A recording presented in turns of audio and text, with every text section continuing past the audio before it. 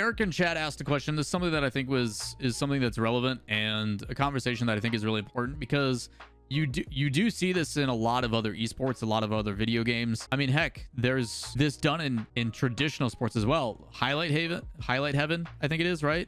All of these are things that have persisted across medium for a very long time. I usually stay out of these types of conversations, and part of the reason why is because it is something that could be easily handled, or by easily handled, I mean it just takes additional effort versus people that are trying to make a quick buck and do it in the easiest way. Not saying that their efforts aren't realized, but it is something that I think is kind of low-hanging fruit. People who, I'm going to mean this is going to come off as like a jab, and it kind of is. People who aren't creative enough to make their own content or talented enough to make their own content, just take it from other people and curate that. Because at the end of the day, it is an entertainment industry, and a lot of people want to watch these things. There is a urge or a desire, there is a need for it, and these people are kind of benefiting from the efforts of others, whether it be a pro, someone who has a good like conversation piece, show matches, all that kind of stuff, right? Like this, yeah, like JJ2 says, there's a market for it, without a doubt. There is a supply and demand, and there's a lot of demand for it. So if you guys don't know what I'm alluding to or don't know what I'm talking about, there was a conversation that was brought up by ApparentlyJack recently that says whoever runs the RLCS Highlights YouTube channel is a genius and on their grind, bro. They must constantly in every RL stream every day. They've hit my algorithm. Like, I can't load a YouTube video without seeing 5 of their videos. Genius, I think, is going a little farther, Jack. I don't think they're a genius. I think they're just doing what is done in every other traditional, non-traditional, esport, whatever. It happens in just about every single community. The thing is what people don't realize is going on is there is a few channels out there. I felt he maybe was being sarcastic. I don't know. But for those that don't know, there was a bunch of channels on YouTube. I'm not going to pull them up or give them any publicity, just because I do think it kind of taints the situation. And it kind of gives away my stance on it, but I understand the benefits to it as well. So what is basically happening is there is quite a few YouTube channels out there that are literally taking and ripping content from other creators, pros, etc. Maybe a streamer has a really popular YouTube clip or a Twitch clip, and they rip that, they put a clickbait title on it, it gets a bunch of views, and then they obtain a ton of profit. This has been going on in multiple things. The one I will pull up is Highlight Heaven. If you guys don't know Highlight Heaven, he's actually a pretty big I guess figure, I would say. Like, he watches the RLCS and Rocket League quite a bit, but you're talking like a couple times an hour he is posting videos from the NFL. He has 1.22 million subs, and if we take an even closer look at it, Highlight Heaven pulls on average 5.7 million views a month. And you are literally stealing content from the NFL, the different broadcast teams, all that kind of stuff. And the reason why this channel is so popular is because, candidly, and this is definitely me using this, not because it's my trigger word, but it's because the NFL sucks at producing highlights and clips at a very quick rate, despite being a multi-billion-dollar industry. He is providing a market for something that is heavily required, and is doing it in such a fast turnaround time that, for those that do not know, this is usually done by an automated bot. This is something that I've seen done in Call of Duty. This is something I've seen done in many different other esports. But this is something that most people have scripted. It is a bot that looks at a viewership bump or a specific moment, something that is high profile, and it will script, and it will basically look at all these other different channels, rip that content down, automatically upload it, puts in the titles, all that kind of stuff with key phrases, and they just sit back and enjoy. And they pull a bunch of money, like a lot of money. Right now, the YouTube channels are, and the way that they make money is based upon what is called your CPM, which is how many ads or how many views on an ad for every like 1,000 views. I forget the exact way to phrase it. And even if it is at a low, like 25 cents, most CPMs, like mine right now, I think is anywhere from, because it is the low part of the season, right before we get into like holiday season, I think is anywhere from like $4 to like $6 for that 1,000 views. Even if they're pulling like 25 cents, that's still like thousands of dollars a month when you're talking about millions of views. So that was part of the conversation that was actually had in this. And when I chimed in to provide some insight to it, Wid, resident memer and resident ratioist, asks, from the creator side, do you have any issues with this? And Jack's take, I don't think is the same as everybody else's, but he's like, I like it. It's great for the scene because more views is good and it's free promotion. Guy runs the channel reached out to me a month ago to see if it's okay if use my clips. I said, as long as they show me where to find me, free promo, everyone gains, which is a good take to have on it. And that seems to be the standard take from everybody that I've talked to, from like the Call of Duty scene and all these other locations, is that, hey, I personally don't have the time to go out and build these like TikTok clips or these YouTube shorts or Instagram. Like, I don't have the time or the effort as a pro or as a content creator to go and do this. Which, if I'm Jack and I know how much Jack makes on his YouTube channel, I go and hire an editor to do that for me. Instead of letting this guy take 100% of the profit, if I'm Jack, I go and say, hey man, I'm going to pay you a percentage of my channel. Go and take all my content, make highlights, make clips, make shorts, make TikToks, all that kind of stuff, and just run it. Do it for me. I'll pay you a flat percentage. It's my content. I own the content. Copyright law says that anything that I create is mine. And he could easily, Jack, if he wanted to, could go to that channel and copy strike it. He could take it down. And if enough creators wanted to do that, if enough NFL wanted to go to these, if all these teams that have ownership of this went to this channel and they applied enough copyright strikes, this channel gets demonetized, it gets taken down, and it gets scrapped from the internet. It's gone. Scrubbed is what I meant. But like, that same thing happened to me. I was doing the brawl and someone was taking the brawl and uploading it same day, even though mine was uploading the next day, because I'm not going to throw a bunch of videos at my fan base all on the same day. If that type of stuff happens, right, enough people can submit reports, because they were doing it to me, they were doing it to Lethmir, they were doing like they did it to like Dazarin, like any off-season tournaments, people were taking and ripping the VODs and throwing them back up. I mean, heck, this happens to RLCS. RLCS highlight channels, there is so many of them out there, and Psyonix can only keep up so quickly. There are so many clones of like, here's the video, here's the highlights of the stuff, even though Psyonix themselves also do it. And at the end of the day, they've basically gotten to the point where they're like, you know what? This is more eyes on the esport. Hopefully this means that more people are invested. Yeah, we're not pulling the ad revenue and this and that, but it's more eyes on the RLCS, which in the end, we're happy. And that's the approach Jack has. But if I'm ApparentlyJack, the first thing I do is I find this guy and go, hey man, while I understand that you are pulling it from all these other people, or I find someone else, it's something that I should also do if I could afford it. But I should find an editor that's very familiar with shorts and TikTok and pay them a flat percentage. Be like, hey man, go run these channels and you get, 40% of it, 30% of it, whatever. Because in the end, like, it is my content. I own and have all the rights to it. I can shut this down at any time. But if you're going to put in the time and effort, I would like to let you get paid. And like, that is the way that I think a lot of these creators should go about it. But the other concept is Jack, because he is doing so well from being a pro and YouTube and all that other kind of stuff. That promotion and that publicity is going to carry back, hopefully, to him. It's going to be more people watch his stream, more people watch his YouTube channel, all of that type of stuff.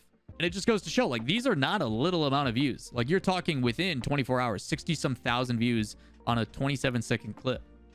That Jack could easily as well just hit Alt-X on Twitch, creates a clip, export it, and then just clickbait the heck out of it.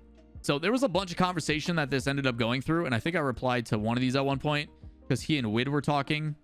I think it's this one. Yeah, someone is like, I don't know if this, like, hey, for the most part, these channels, I don't think they're profiting. And I'm like, they're definitely profiting. So the conversation ended up going back, and Wid confirms, like, hey, they meet the requirements. You need 1,000 subs. You need 4,000 hours of watch time, which is not a lot. And, they may not be making much in their CPM. It could be anywhere from pennies. But if I take the literal lowest rate, 25 cents, and do 25 cents for every 1,000 views in their CPM at the rate that they're getting paid, like, it's still like $1,000, $2,000 at a minimum. And I'm sure their CPM is much higher because the retention rates are through the roof. Advertisers can put an ad at the beginning of that and at the end of that. They can't do mid-rolls because it's not 8 minutes long, but they can put ads on back, and people with those types of shorts mentality, just like TikTok and everything else, watch that next, watch that next, watch that next, and they just keep going through all of these. So I ended up doing it, and the way that I described it, I think, to put it in perspective, is that channel has more total views than Sunless, than Musty, than Lethemir, the biggest content creators in Rocket League. That channel has more eyes on it as an individual, as a unique viewer. Now, the watch time is nowhere close. The Sunless is putting out that many views with like 4 videos that are like 15 to 17 minutes long. This channel is putting out hundreds upon hundreds of videos, and most of their views actually all came from the past 2 months because it's RLCS, the World Championship. So the channel was started in January, and they have more views in the last like 2 months than they have as a complete total. That channel, I think, has as many views as my entire YouTube channel, and I have 1,200 videos made over the course of 7 years. Kind of depressing a little bit, but it just goes to show the market, the supply and demand, the amount of people that are trying to watch that stuff means that there is a golden opportunity for a lot of these creators. And you can do it in 2 different ways, right? In 2 different ways. You can either A, be someone who has a following and a fan base and sustainability like ApparentlyJack, and say, hey, you know what? There is a market here. There is something that I should be doing.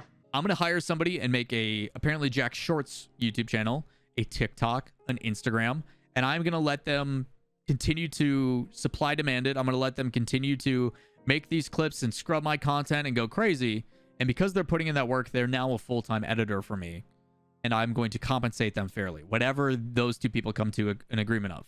Heck, if there's somebody in my channel right now that wants to do that for me, if you want to come to me and say, hey, Lawler, you've got some really good like clippable moments, and we could turn that into a channel and a TikTok and all that kind of stuff, approach me. Slide into my DMs. We'll discuss a rate. We'll figure it out. But that's the approach I go about it. But the other side is, without a doubt, they can say, hey, it's free publicity. And that seems to be the route for a lot of these. There's a ton of people that in the mainstream, Call of Duty I know is notorious for this. So is Fortnite, where they're making so much money that this feels negligible, and they just view it as a marketing expense or a publicity thing. So someone has the ability to pull their clips, their highlights, all that kind of stuff, and they just go off and it's just not worth their time or their effort, which I think is kind of a unique viewpoint to have as a 15, 16, 17-year-old kid. ApparentlyJack, I think, is a little bit older. I think I get lost in the age of these kids. He's 18. So ApparentlyJack is 18, and he's making so much money from his pro career and his YouTube that he's just like, yeah, a couple extra $1,000 a month. Screw it. I don't need it. Go crazy. Thanks for the publicity.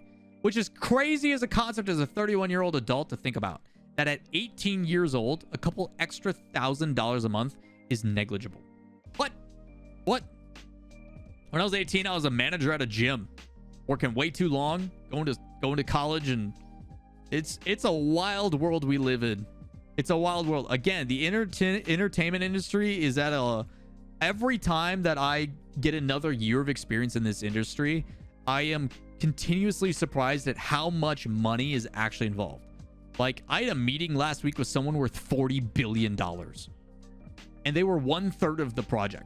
Billion with a B. That is an unreal, like, unfathomable amount of money that I can't even begin to wrap my head around. It's insanity. It is absolute insanity to see what is happening, and to know that esports in particular is in its infancy, and that's the business side of things. We haven't even talked about the creators or the people that provide this content is unreal. So yeah, when it comes to this and when it comes to the legality of it and stuff, there is, again, all the rights, all the ownership of it, all the copyright stuff. It is 100% the ownership.